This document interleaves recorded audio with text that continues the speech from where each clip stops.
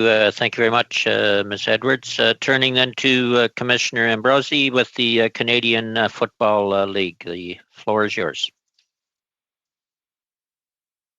Well, thank you to the committee for your invitation, to all MPs for their leadership, and to our essential workers for their courage. I have never had more sleepless nights, and I have never been prouder to be Canadian. I'd also like to acknowledge my fellow panelists. They all work to make Canada a better place. I appear here on behalf of the Canadian Football League and the Grey Cup, which has been a source of Canadian unity and celebration since 1909. The CFL is a valuable and integral part of Canadian life, and its future is very much in jeopardy, and would be terribly sad if this pandemic were allowed to take it away. Ours is a big brand, but not a wealthy business. Collectively, our teams lose between $10 and $20 million a season. We survive because of the passion of our fans, the dedication of volunteers who guide our community-held clubs, and the civic philanthropy of the people who own and subsidize our privately held teams. Our players are world-class athletes and first-class people. Their devotion to charity and community is second to none, but the salary of NBA superstar Steph Curry is equal to the salaries of all of our players combined. Our product is football, but what we really do is bring Canadians together.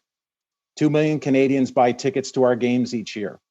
When our players go into the community to talk about violence against women or bullying or food banks, they draw a crowd. Bringing people together makes this great, but in a pandemic, it makes us vulnerable. Because the first thing to go and the last thing to come back is large gatherings, and large gatherings is the lifeblood of the CFL. Unlike large US-based leagues, our biggest source of revenue is not TV, it's ticket sales. Governments coping with COVID-19 for reasons of public health that we totally support have made it impossible for us to do what we do. Our best case scenario for this year is a drastically truncated season, and our most likely scenario is no season at all. We are currently operating on the money our fans and to a lesser extent the broadcasters and sponsors pay us in advance for games.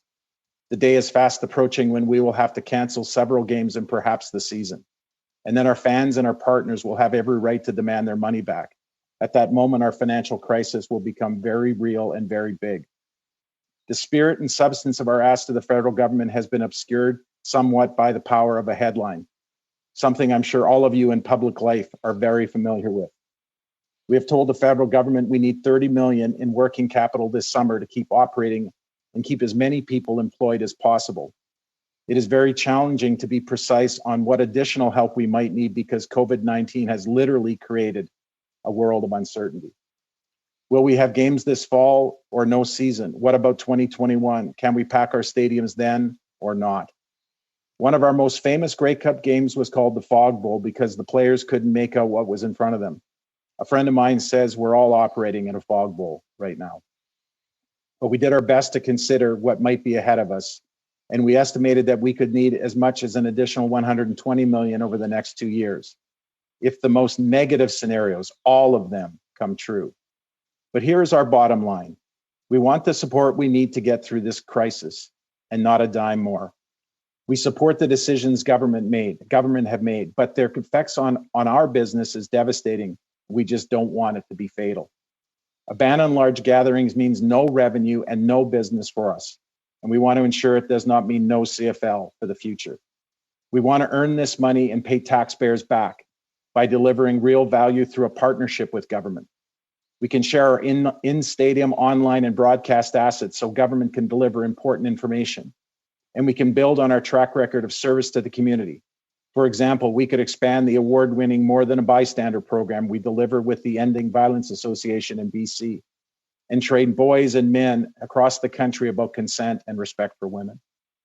I don't mind telling you this is humbling, but the fact is we need support so we can be there for all the community groups that depend on us, so we can continue to deliver $1.2 billion in economic activity each year, so the CFL can continue to be one of those things that connects us as Canadians, something uniquely ours.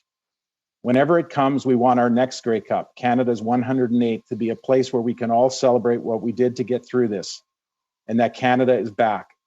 And thank you very much. Thank you very much.